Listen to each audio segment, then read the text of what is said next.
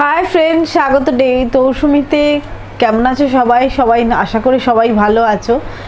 आमी एखन अनेकटा ठीक आछि और तोमरा बोलबे এই অবস্থায় তুমি ব্লগ করছো আসলে কি বলো তো কাজের মধ্যে না ফিরলে হয়তো আমি ওকে ভুলে উঠতে পারবো না কারণ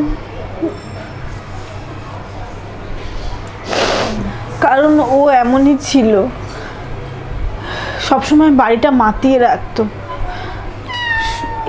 एराओ खेला करे किन्तु ओ एका एकाई खेला करतो ओ एका एकाई धामाल माचातो और आमी जतक्षण रान्ना करताम ओ आमार नाइटिर तलाय बसे थाकतो आबार कखनो कखनो ओके लुकिए लुकिए आलादा खाबार दिताम कारण ओ खेते एकटु बेशी भालोबासतो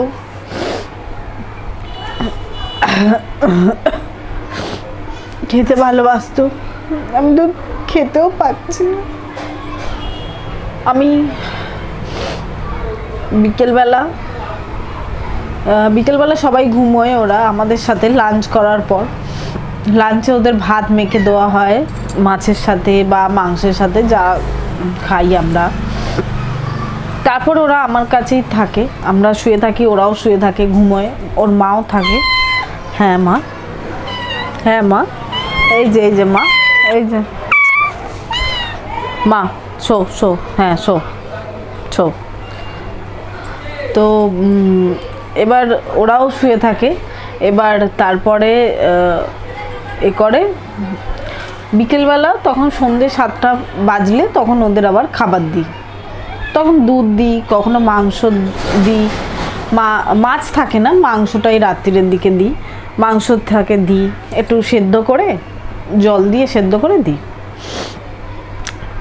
কিন্তু সেদিনও দিয়েছি আমি 7:30 8টা নাগাদ ওরা খেয়েছে খেয়ে ওরা নিচে যায় আমাদের নিচে আরশোলা আছে পুরনো বাড়ি তো অনেক আরশোলা আছে আরশোলা তারপর ওরা আসার পর থেকে একটা ইঁদুর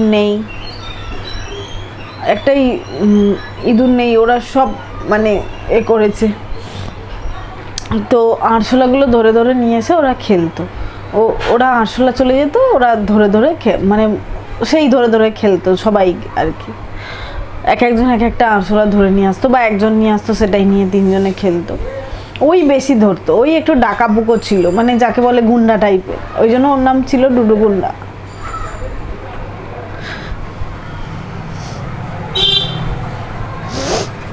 সবই চলছে সবই হচ্ছে খালি আমার ডুডুটাই নেই আর ও আমাদের সবার খুব প্রিয় ছিল খুব কিউট ছিল ও নিজেই খেলতো নিজেই একা একাই দামিয়ে রাখতো ওই বেলটা ওইটা কি ভালোবাসতো বাজাতে ওটা বাজলেই এখন মনে হচ্ছে ডুডু যেন বাজাচ্ছে খিদে পেলেও কখনো জোর গলায় মা করে চেঁচাতো না খুব আস্তে করে মি করে গলার স্বর ছিল না তো যাই হোক 22 তারিখ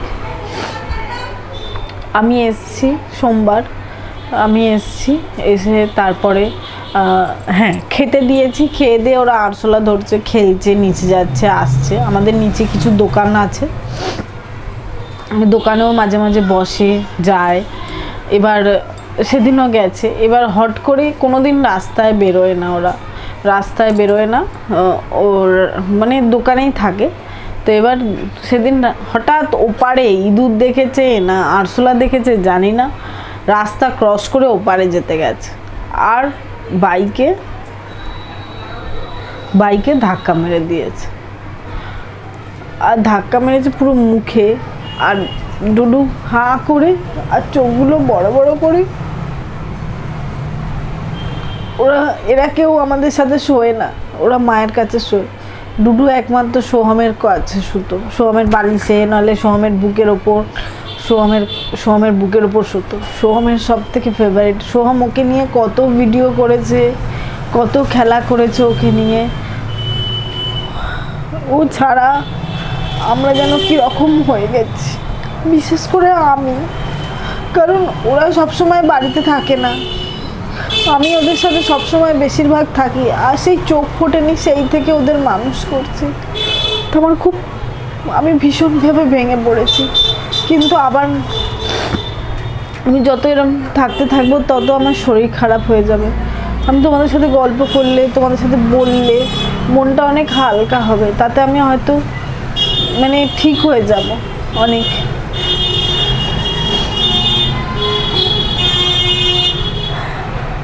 সেই ভিডিওটা, ফেসিয়ালের যে ভিডিওটা, ওই ভিডিওটাই করছিলাম আমি। এবার করতে করতে শেষ যে 6 নম্বর স্টেপটা ছিল, সেই স্টেপটা করার আগেই লালটু এসে বলছে ডুডুকে বাইকে ধাক্কা মেরেছে। আমি আর ওই জন্য এসে ওই স্টেপটা করতে পারছিলাম না, কিন্তু ভিডিওটা যেহেতু ইনকমপ্লিট থেকে যাবে সেই জন্য ওই ভিডিওটা শ্যুট করে শেষ করলাম। কিন্তু ডুডুকে ছাড়া কিউটি ক্যাটের ভিডিও আমি জানি না, ওই মাতিয়ে রাখতো সবাইকে।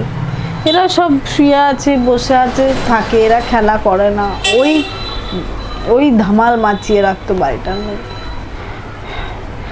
আর ভীষণ গলু গালু ছিল, আর ভীষণ কিউট ছিল।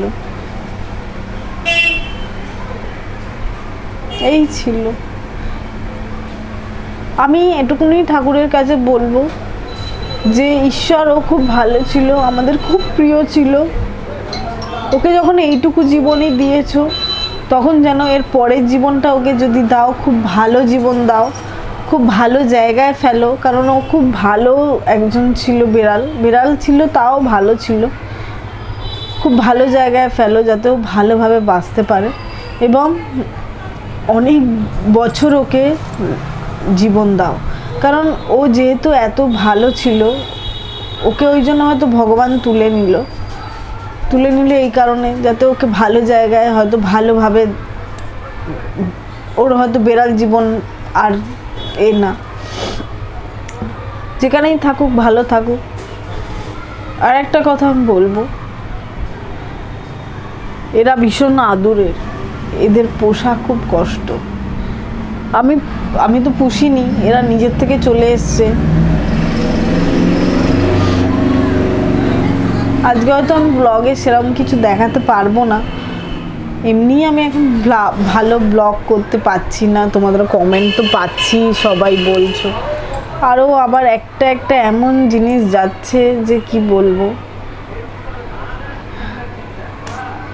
চলো রান্নাটা করি, কদিন তো রান্নাই করিনি, আজকে একটু বাজার এনেছে লালটু, রান্না করি চলো।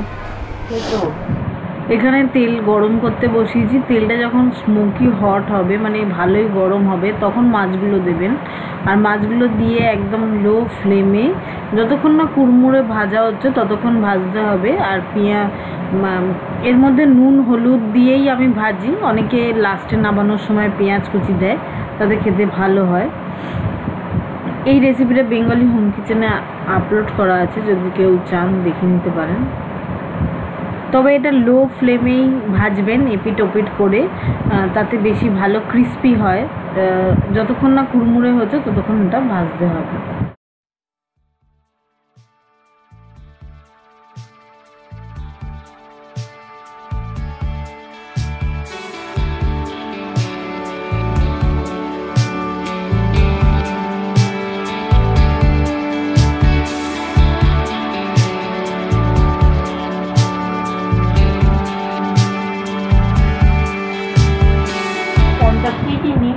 এখানে আমি এক কড়া বসিয়েছি, কড়াইয়ের মধ্যে সর্ষের তেল দিয়ে দিয়েছি। সর্ষের তেলে এবার দিয়ে দিচ্ছি আলু ঢেঁড়স আর দিয়ে দেবো পেঁয়াজ, রসুন দেবো না, এতে শুধু পেঁয়াজ দেবো। আর এটাও নুন হলুদ দিয়েই আমায় ভাজতে হবে। এটা অল্প একটু জল দিতেও পারেন, নাও দিতে পারেন, হালকা লাল করে ভেজে নিতে হবে। তবে একটু শুকনো ভাজলেই ভালো লাগে, আর পেঁয়াজ দিলে সত্যিই খুব ভালো লাগে। তো এটা আপনারা করে একবার দেখতে পারেন, আমি যদিও খুবই অল্প পরিমাণ বানিয়েছি।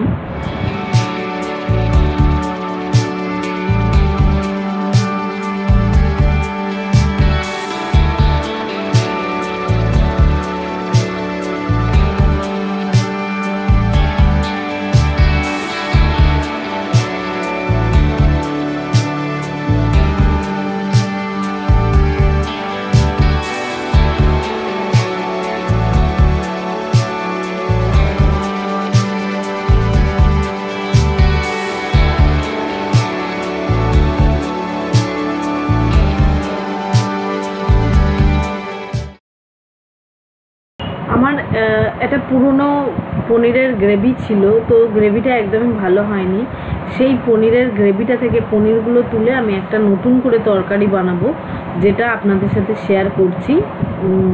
এরকম অনেক অনেক সময় আপনারা করতে পারেন।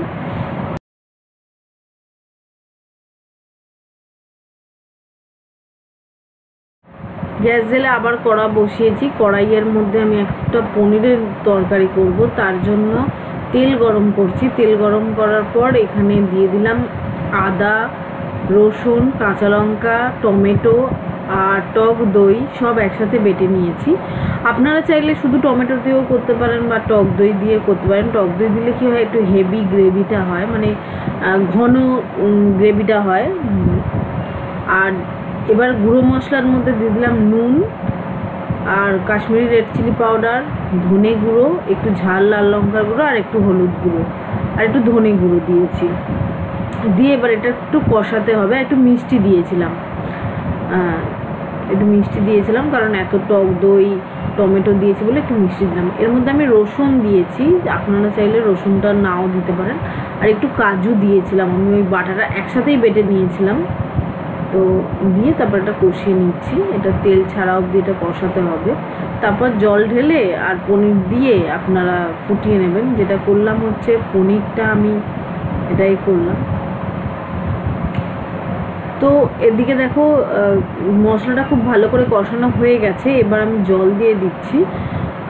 জল দিয়ে নাড়াচাড়া করে আর পনিরগুলো ওখান থেকে বেছে বেছে, মানে ওই গ্রেভি থেকে পনিরগুলো বেছে বেছে জাস্ট এর মধ্যে দিয়ে দিতে হবে।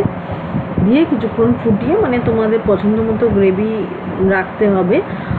আর সেই গ্রেভির মধ্যে মানে একটুখানি ফোটার পর আমি কসুরি মেথি আর ফ্রেশ ক্রিম দিয়েছিলাম, কারণ ফ্রেশ ক্রিম আমার ছেলে খুব পছন্দ করে, সেই জন্য। আর এই গ্রেভিটার মধ্যে ফ্রেশ ক্রিম দিলে মানে টেস্টটাই বা একদম অন্যরকম হয়ে যায়। মনে হয় খেতে যেন একদম বাটার পনির, বাটার মশলা পনির বা বাটার পনির ওরকম টাইপের টেস্ট চলে আসে। আর তোমরা চাইলে রসুনটা বাদ দিয়ে দিতে পারো যদি নিরামিষের দিন করো, তাহলে রসুন ছাড়াও কিন্তু খেতে খারাপ হয় না। তো এটা আমি একটু ঢাকা চাপা দিয়ে কিছুক্ষণ রান্না করব, তারপর দেখাচ্ছি। তো মোটামুটি আমাদের হয়ে গেছে, গ্রেভিটা অনেকটাই ঘন হয়ে এসছে। আমি একটু ঝোল রেখেছি, কেননা এটা আমরা ভাত দিয়ে রুটি দিয়ে খাওয়া বলে। তো এবার এর মধ্যে দিয়ে দিলাম কাসুরি মেথি। কাসুরি মেথিটা একটু শুকনো খোলায় রোস্ট করে দেবেন। তারপর দিয়ে দেবো কাসুরি মেথি দিয়েও কিছুক্ষণ কিন্তু আমাদের ফোটাতে হবে। তারপর দিয়ে দিলাম ফ্রেশ ক্রিম। ফ্রেশ ক্রিম যদি আপনাদের কাছে না থাকে একটু মালাইও দিতে পারেন। দিয়ে দুধের যে মালাইটা হয় সেটা দিয়ে একটু নাড়াচাড়া করে নামিয়ে ফেলবেন। এবারে 1 মিনিট মতো এটা ফোটাতে হবে। 1 মিনিট ফোটালে তবে কাসুরি মেথি গন্ধটা আসবে। আর নাবিয়ে এটা একটু বাটার দিতে পারেন, তাহলে আরও টেস্টি হয়। আমি বাটার দিইনি যদিও। তো এই পনিরের রেসিপিটা আপনারা একদিন নিরামিষের দিন বানাতেই পারেন, বা রসুন দিয়ে বানালেও খারাপ লাগবে না। পেঁয়াজ এর মধ্যে দিইনি, পেঁয়াজ দিলে ভালো লাগবে না, শুধু আদা রসুন দিয়েই এটা আমি করি। চলো এবার চান হয়ে গেছে, এবার লাঞ্চটা তোমাদের দেখিয়ে দিই লাঞ্চে কী কী করেছি।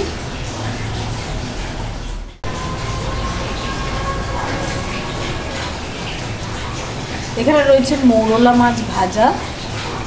এই মৌরলা মাছটা কী করে ভাজতে হয় বা ফুল রেসিপি দেখতে চাইলে বেঙ্গলি হোম কিচেনে আছে, দেখে নিতে পারো। এখানে রয়েছে আলু ঢেঁড়স পেঁয়াজ দিয়ে ভাজা দেখলেই। আর তার সাথে রয়েছে ডাল, এই যে মুসুর ডাল। আর রয়েছে ভাত।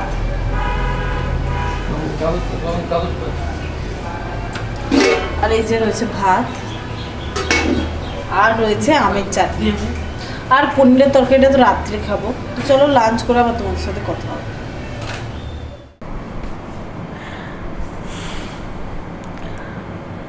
তোমরা আমাকে খুব সাপোর্ট করছো, আমাকে অনেক সান্ত্বনা দিয়েছো। থ্যাংক ইউ তাদের সবাইকে যারা আমায় কমেন্ট করে সান্ত্বনা দিয়েছো। কারণ আমি ডুডুর ভিডিওটা দেখেছি, কমেন্টগুলো সব পড়েছি, সত্যি তোমাদের সান্ত্বনা দিয়েছো ঠিকই, কিন্তু সব সান্ত্বনার মাঝে আমি এটুকুনি বলবো যে সবার কথা শুনছি, সব লালটু বোঝাচ্ছে, সোহম বোঝাচ্ছে, সবই বুঝতে পারছি আমি, কিন্তু আমি নিজের মনকে এখনও নিজে বুঝিয়ে উঠতে পারিনি যে আমাদের এই পরিবারে ডুডু নেই। তো হয়তো সময় লাগবে, আস্তে আস্তে সবই ন্যাচারাল হয়ে যাবে। চেষ্টা করছি তাড়াতাড়ি ন্যাচারাল করার, কারণ ওই জন্যেই আমি স্টার্ট করেছি ব্লগ যদি না করি, ক্যামেরার সামনে যদি না আসি, কথা যদি না বলি, তাহলে আরও সেগুলো মাথায় আসে, মনে আসে, খারাপ লাগে আরও তখন, কারণ এগুলো ভেসে ওঠে। কারণ বললাম তো আমি বিশেষ করে ওদের সাথে বেশি মিশি, তো সেই জন্য আমি বলছি আজকের ব্লগের পর হয়তো এটা নিয়ে আমি আর কোনোদিন কথা বলবো না। কারণ মানুষ ব্লগ দেখে আনন্দ করার জন্য, আনন্দ পাওয়ার জন্য, মজা করার জন্য, যে সেখানে যদি আমি রোজ কোনো না কোনো ব্যাপার নিয়ে এরকম করি, সেটা খারাপ লাগে। তো সেই জন্য বলছি আজকের ব্লগেই আমি লাস্ট এই কথাটা, ইস্যুটা মানে কথাটা বললাম, তোমাদের সাথে শেয়ার করলাম। আর আমি এটা নিয়ে কোনো কথা বলবো না।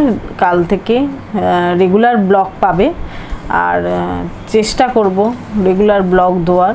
আর বেঙ্গলি হোম কিচেনেও রেসিপি আসবে, এডিট করছি, কারণ যত তাড়াতাড়ি কাজের মধ্যে আসবো তত তাড়াতাড়ি এটা থেকে বেরোবো। কারণ এই আর কি, সোহমেরও ভীষণ মন খারাপ, কারণ সোহমে ভীষণ ও সোহমের সাথে খেলা করতো, বা সোহম ওর সাথে খেলা করতো। আর এদের মধ্যে ডুডুই একমাত্র যে চঞ্চল ছিল, খুব খেলা করতো। এরা অতটা খেলা করে না, ও একটু মানে নিজে খেলতো, ওর যে সঙ্গী দরকার তা নয়, নিজেই খেলতো নিজের মতো। এখানে চিরবির, ওখানে চিরবির, বালতি উল্টে দিচ্ছে, কোথায় বোতল উল্টে দিচ্ছে, কোথায় করছে, এইসব। কিছু বলবি সোহম?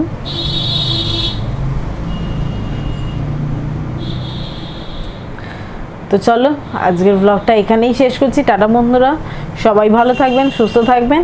আজকের ব্লগটা হয়তো সেরকম ভালো বানাতে পারিনি, সরি তার জন্য। আপনারা আমাকে বোঝেন, আমি বুঝতে জানি, তার সরি বলবো না, কারণ আপনাদের তাতে ছোট করা হবে। আর আপনারা আমাকে খুব ভালো করে বোঝেন, যারা আমাকে ভালোবাসেন তাদের বলছি, তারা বুঝবেন আমার মনের অবস্থাটা কি, মনের অবস্থা নিয়ে আজকে আমি ব্লগ করছি। জাস্ট ভালো থাকার জন্য ব্লগটা করছি, টাকার জন্য নয়, কারণ অনেকে কমেন্টে লিখছে সেরকম। তো যাই হোক, টাটা, আবার নিশ্চয়ই কালকের ব্লগে দেখা হবে আপনাদের সাথে।